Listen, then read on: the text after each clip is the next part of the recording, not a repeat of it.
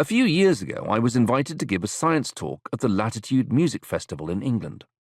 Established in 2006, Latitude has become a prominent cultural event, celebrated for its diverse programming, including music, theatre, literature, comedy, the arts, even science.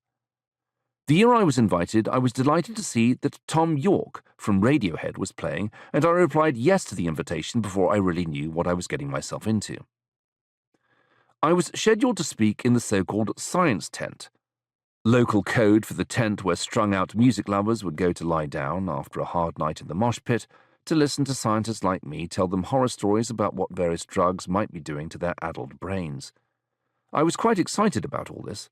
A captive audience, a summer speaking gig in a tent in Henham Park, Suffolk, and a free ticket to see Tom York.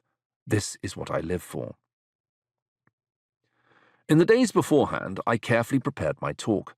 The truth is, back then I didn't know a whole lot about how recreational drugs affect the brain, but I was keen to get on top of the literature.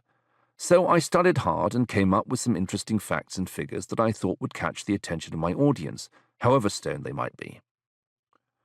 Maybe I came up with too many facts and figures because by the time I went on stage, I was struggling to keep it all in my own mind. As I stood there among the empty beer cans and bales of hay, I was happy to see that at least 200 people had turned up to hear my lecture about drugs and the brain, and at least half of them were wide awake and appeared to be listening.